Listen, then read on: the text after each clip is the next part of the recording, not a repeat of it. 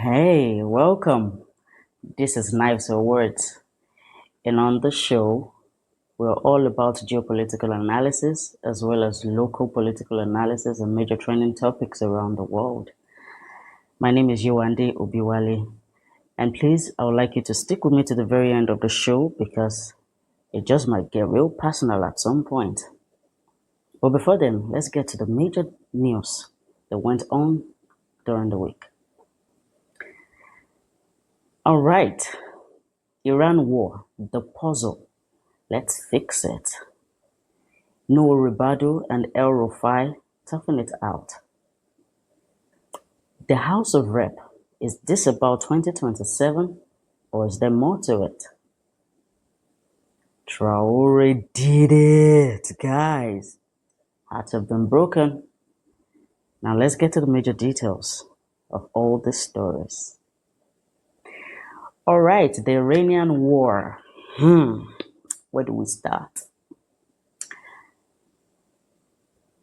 After the news of the COVID-19 broke out, 2020, the American government turned on the printing machine for their dollar and decided to print a lot of money by helping the companies in the country to stay afloat, and was giving stimulus checks to adults, eligible adults in America.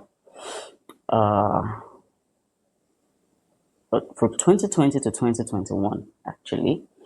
So the first stimulus check that came was 1,600, then $600, $1,600, $600, and $1,400, respectively. That was how it was received, and this led to inflation because not only did they actually release stimulus checks, they also reduced their interest rates on all credit loans. So people could buy houses, cars for little to no amount, and they were getting money for free from the government. And so, which implies economically that there are more demands than the supply. So inflation shot up. And aftermath of it, the COVID-19 died down globally, and almost simultaneously, because of the economical shift in America, other world powers like Russia and China moved, exponentially against the American dollar. Okay, so if we remember, the Ukraine war went full-fledged in 2022, just a few years after the COVID-19. But not only this, China actually went into business with a lot of countries, okay? And everything China was doing was in a way boycotting the American dollar. So this was crippling the American dollar economically in the global market. In the global market. And eventually, it was more like taking food out of America's mouth. And so the Iranian war, it's not really a personal thing for America, so to speak. It's just a fight back, in a way. Okay, before I got to Iran, all right, we'll remember that Trump started violently his administration, and the first battle was the tariff war, asking all countries to start paying tariff. Okay, I'm done being nice. All of you, start paying me. Because you lots are ingrates. I have done a lot for you people, and you go behind my back and do these things. You know what? All right, all bets off the table. Let's know where everybody stands. I don't care the country. Everybody pay 10% tariff. And for those that dare to cough, increased their tariffs. And because it was hungry for blood, yeah, figuratively, America being hungry for blood, was like, okay, if you're going to question me economically, if you're going to start parleying with the likes of China against me, I'll let you know or let you tell me how tough you are against my military force.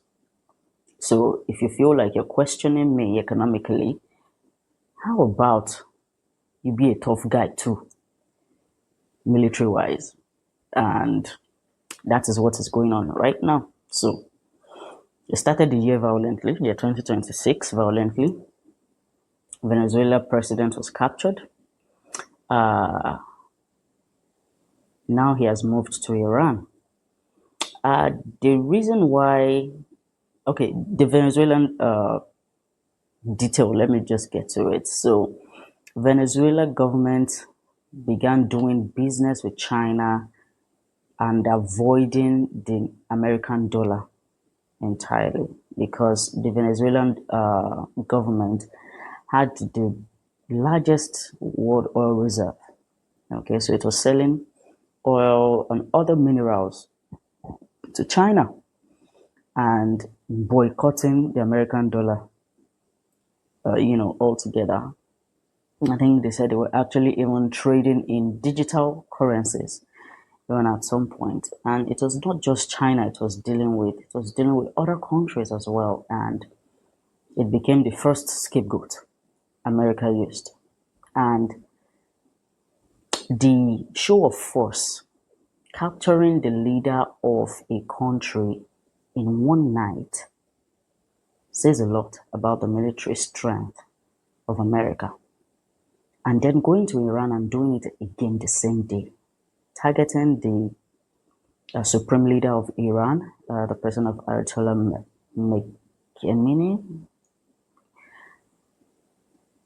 Khamenei, I think. I really can't remember the last name. Sorry, not from the Western world, but that's not an excuse. So Ayatollah, the supreme leader of Iran, that's what you need to know. So about and getting the leader, the supreme leader of that country in one target like that says a whole lot. Now, currently in Iran, I think the situation is trying to install a new leader in the country, and it's posing as something not going very well for America right now. So I think the plan, the mission that America is on is we're bringing the world back to their knees. Everybody needs to play according to the rules set by America. Is this infuriating?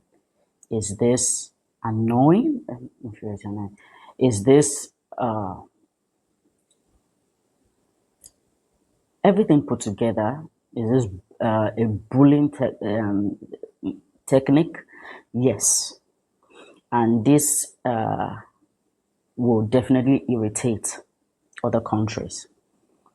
But the question remains, who will bail the cat? Who can take the American force down militarily? Who can take the American military force down? So far, nobody.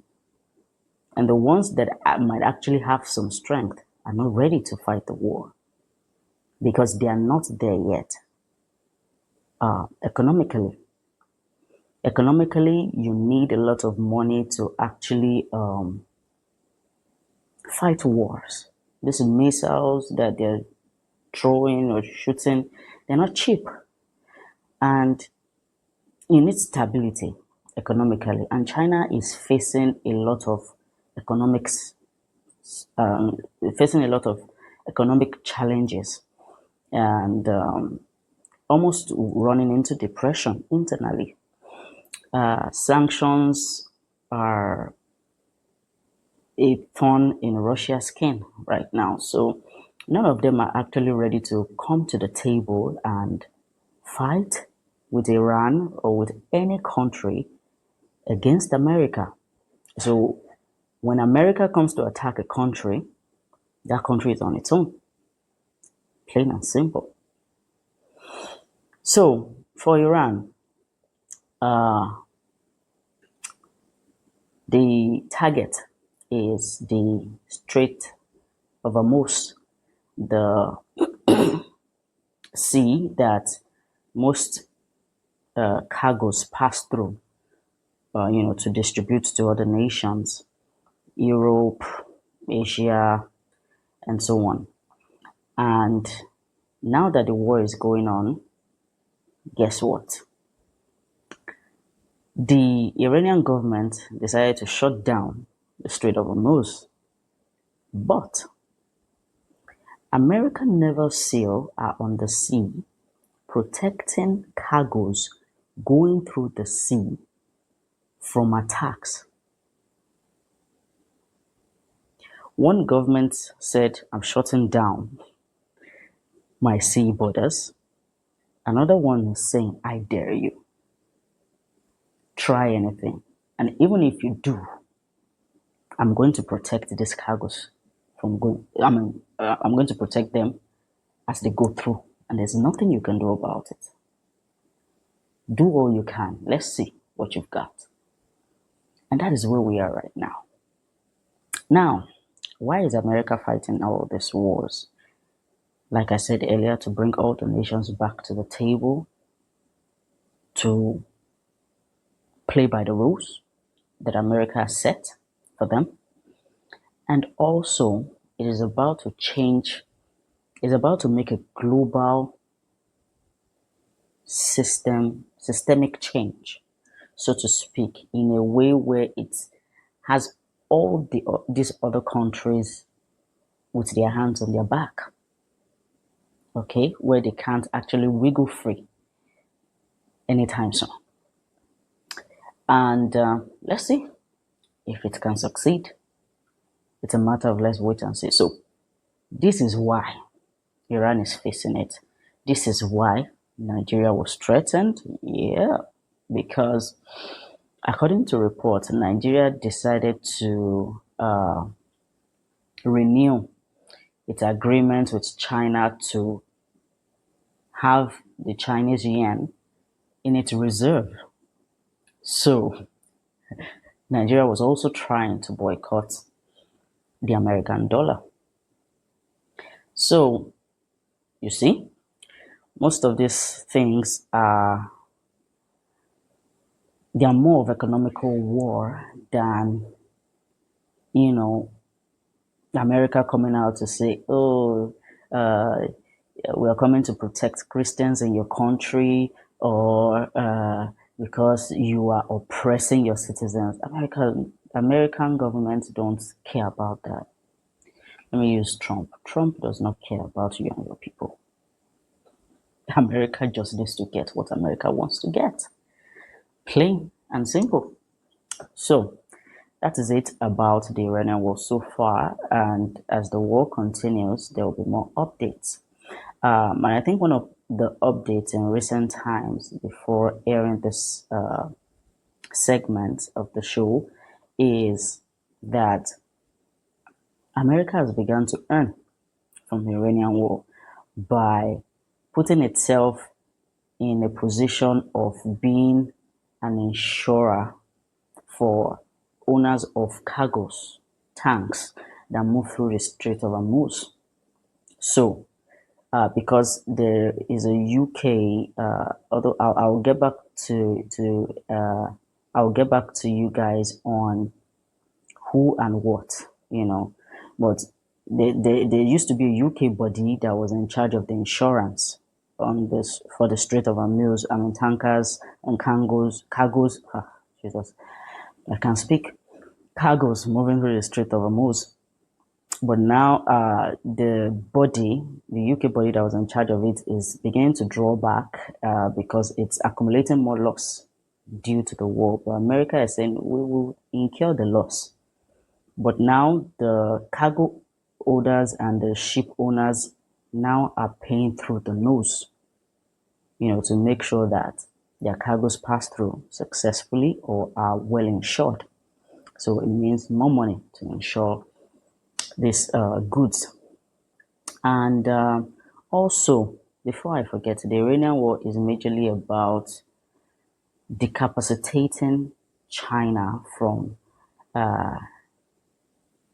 being the world power, global world power.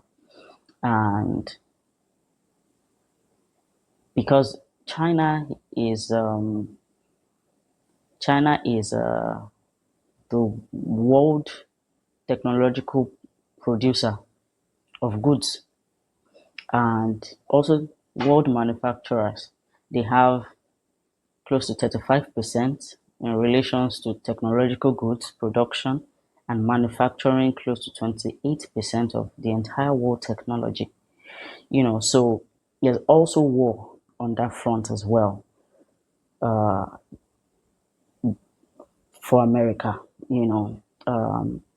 Part of the reason why they're fighting this war.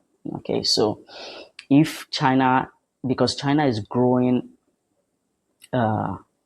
economically, you know, because of its ability to move into world market with its product, does not mean it translates internally within its economy. Okay, there's a different politics going on in China's economy and politics right now. Well, global markets, they found adoption for Chinese products, and so America and on the other hand, America is barely producing anything. They're just doubling money through stocks, and so on. In their infrastructures and industries are actually producing their goods from China. So part of the tariff war also is to achieve the aim that of American infrastructures and manufacturers bringing their goods back to America to manufacture and stay out of the Chinese global market. So there's a lot to say about America right now and the war it has chosen to fight.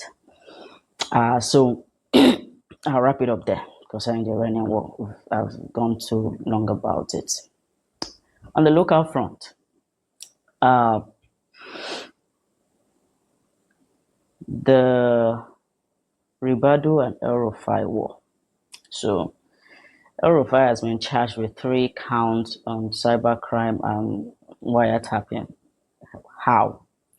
Because he went on air, Arise TV, I think, News TV, I think, and he's had his foot in his mouth when he said that he was privy to a conversation that Roberto had with ICPC and ICPC official to arrest him on his arrival to Nigeria. So when he said that, it means it was kind of charged based on the fact that did you tap the call of the NSA the National Security Advisor of the Federation, a person of no rebuttal, and I don't know why he was to be arrested.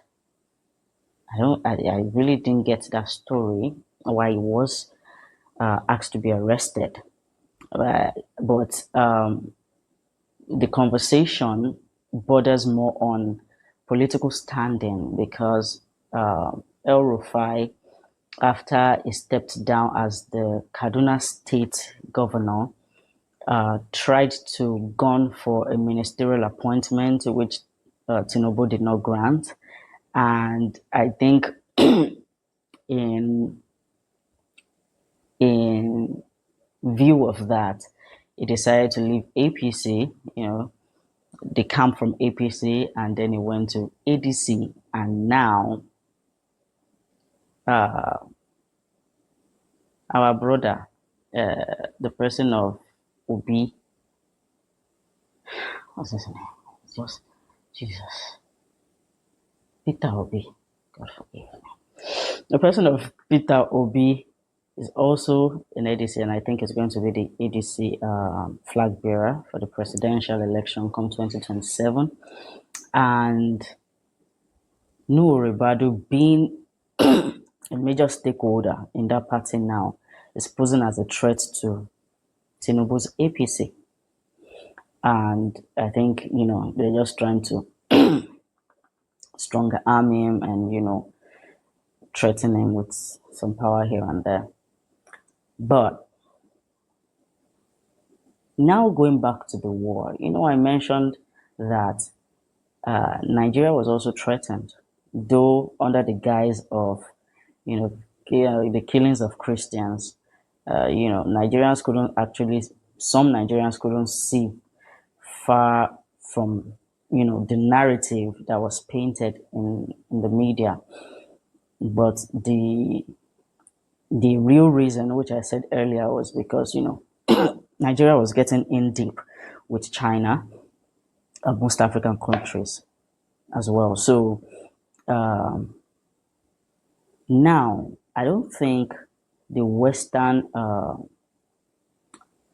powers, the Western leaders, trust Tinubu. And, in recent events, we're seeing Tinubu travel to European countries, France. There was also a time that the wife traveled to America to see President Trump. And I think a lot of lobbying is going on behind closed doors for Tinubu. I don't think they trust him, and it's looking like Nigerian presidential election come 2027 is going to be interesting. Tinubu is no small fish, not a small fish in the pond, and in Nigeria is going to take a lot to unseat him. But at the same time, if another candidate is being sponsored by Western powers, we might have a lot on our hands come 2027. Well, we'll see. We'll see. Let's leave it like that.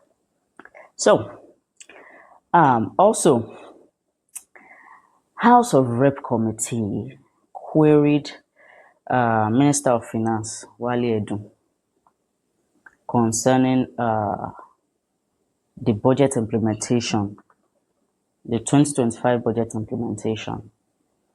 And this has resolved to a lot of hulabaloo behind closed doors. Okay, so Honorable Alex Mascot of the House of Representatives, I think February 26th of this year,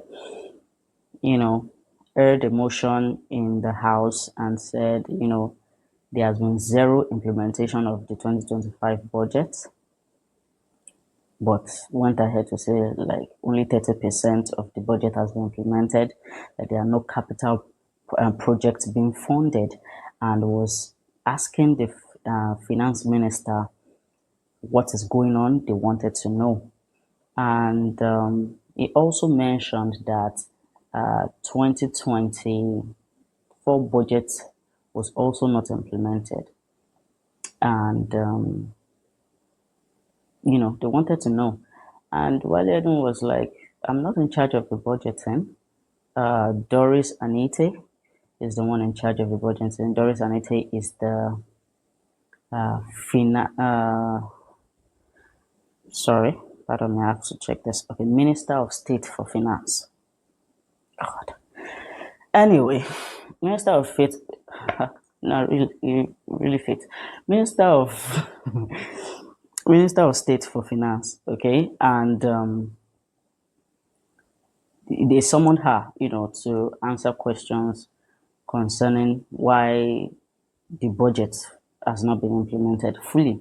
And then she said, most agencies and ministries most agencies and ministries have not actually met the criteria of being funded. And so all of a sudden, all we saw was she was moved from her position. And the man that we've been seeing on our screen talking to us about tax this, tax that, this is how you pay your tax, this is how you see your tax, this is it. The person of Taiwo Oyedele has now been appointed as the new state, Ministry of State for Finance, Minister of State for Finance, okay? And she now has been demoted to the Department of Budgeting and National Planning. So these are the major shifts. But my concern is this. It seems to be a convenient time to raise this query. And it's being aired to the public. I think we need to break the matrix system that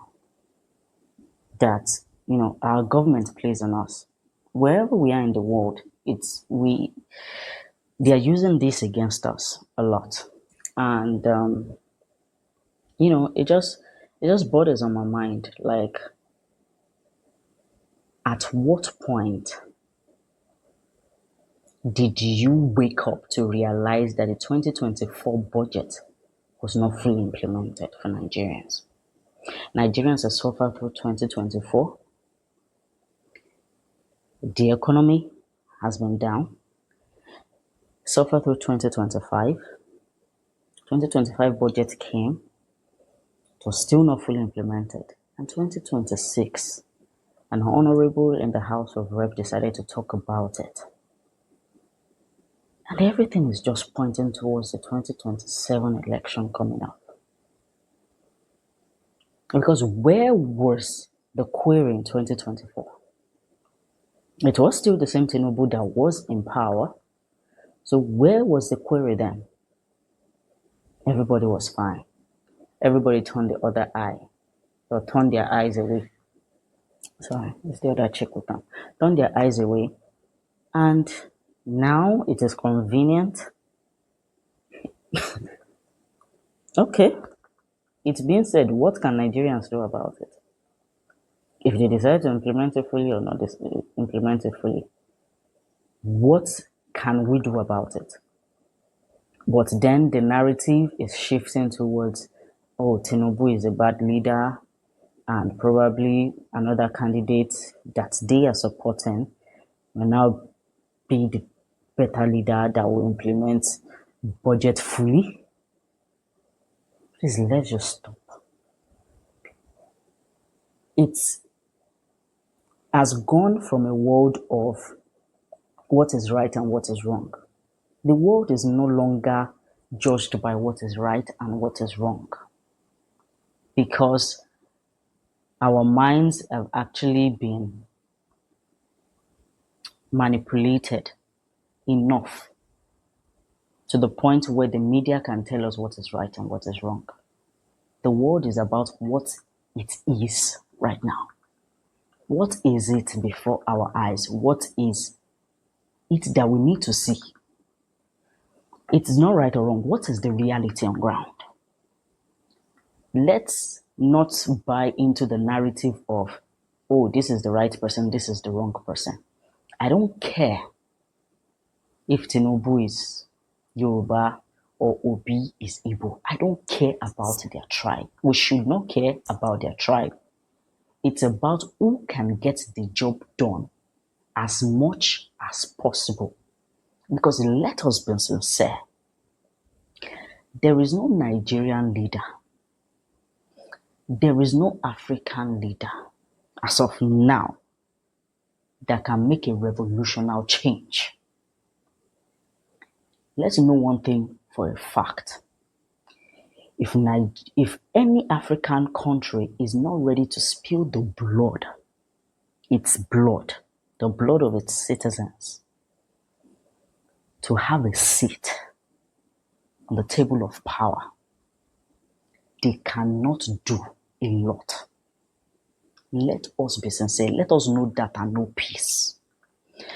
So, bringing it back home, there is no Nigerian president that can actually do more than what the Western power expects them to do.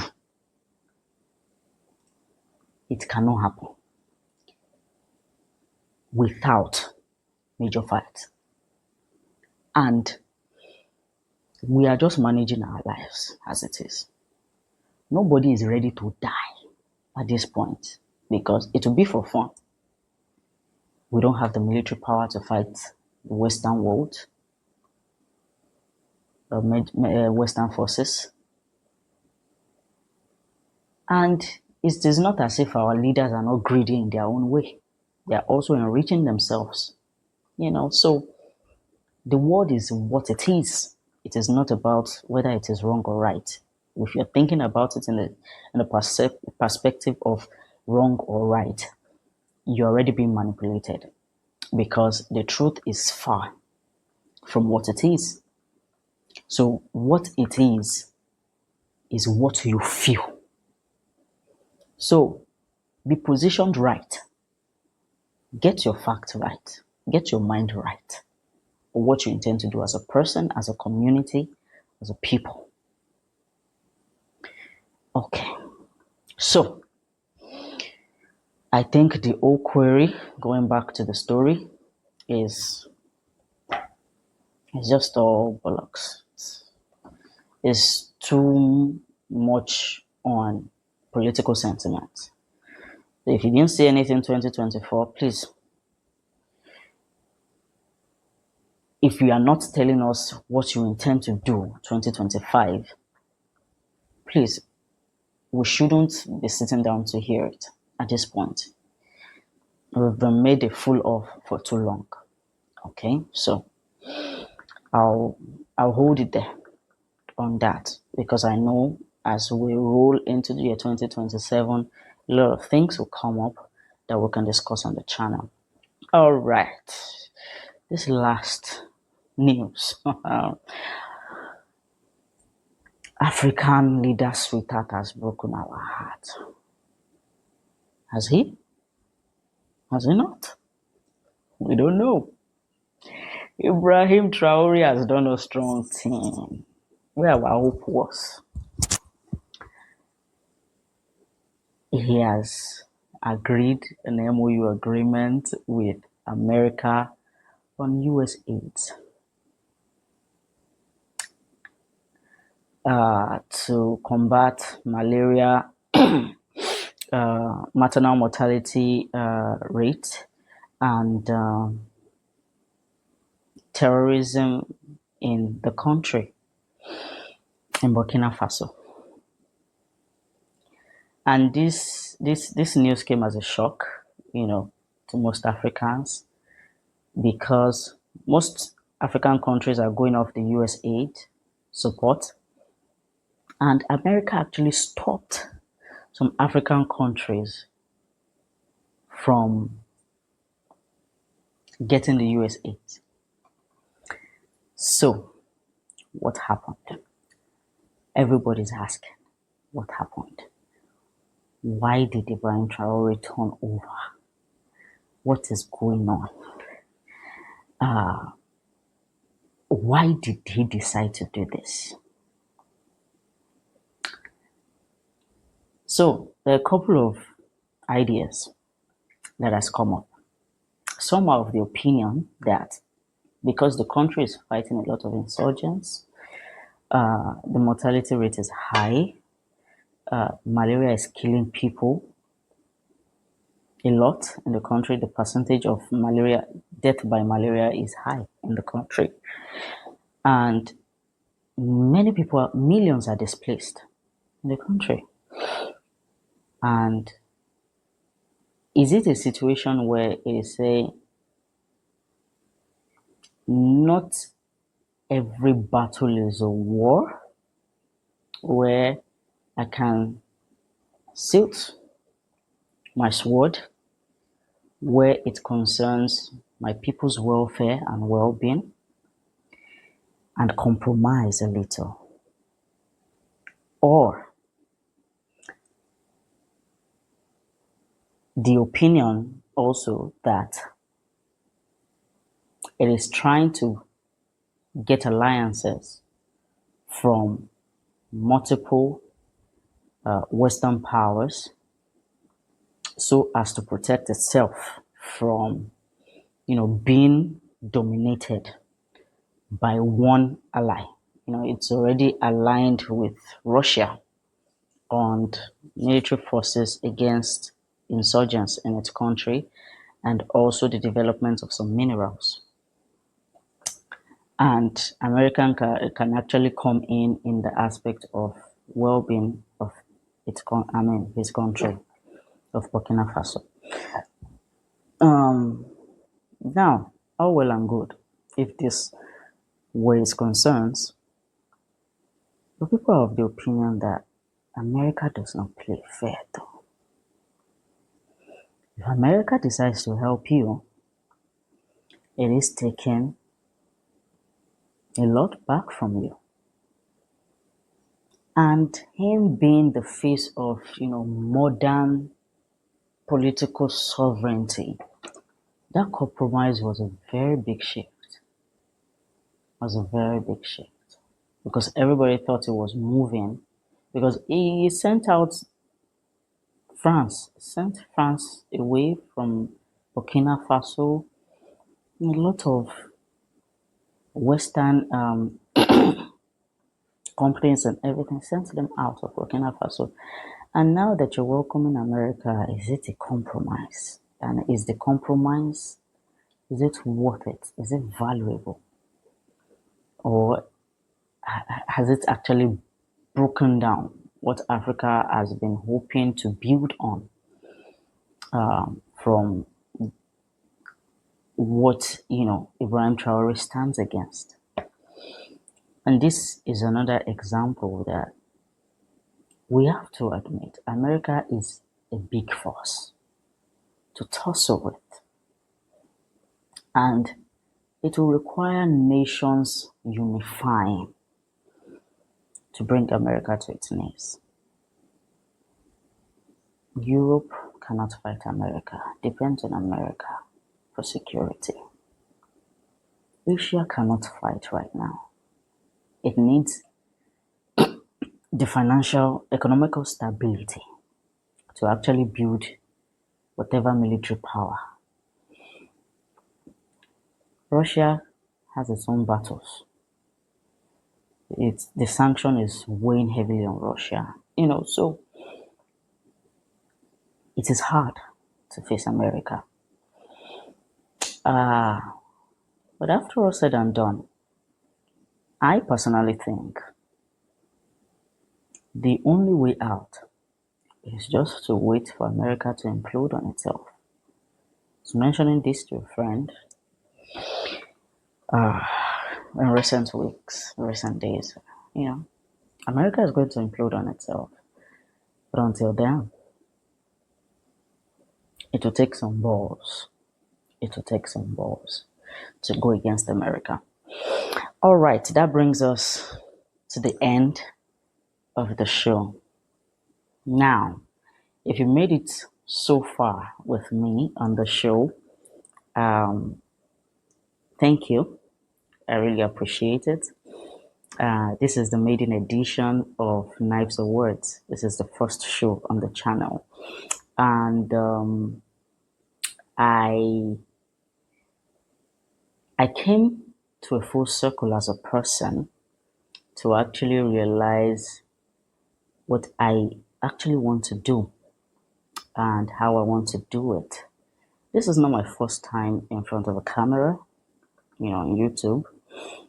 I started some channels, but coming in full circle helps me to bring everything together into one place.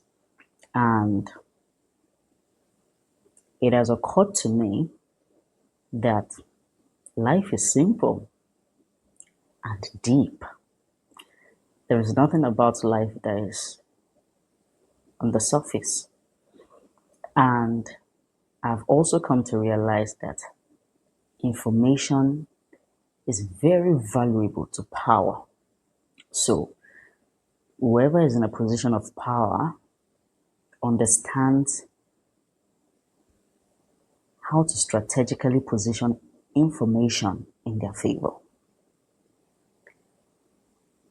I'm a trained journalist, and quickly after my tertiary education, I came to realize that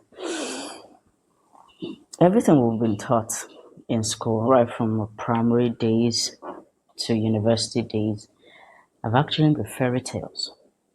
It has been masking of the truth of what reality is.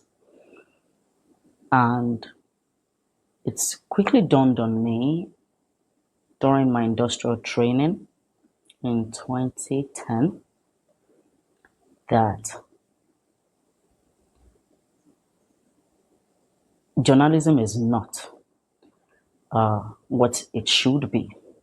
Maybe it was what it should be during the times of Kudirat Abiola, using the graveyard, to air news, to go live, to record news. But power quickly understood that writing the narrative themselves help. And so we began to see media outlets being owned by state governments, and state governments are ruled by a certain political party. And these political parties then have turned media or began to turn media into a propaganda machine. And that is where we are. In Nigeria now, to my knowledge, there are predominantly three news outlets that are nationally known, acknowledged. We have TVC, we have Arise News TV, and we also have Channels Television. But it is quite noticeable what TVC content drives towards.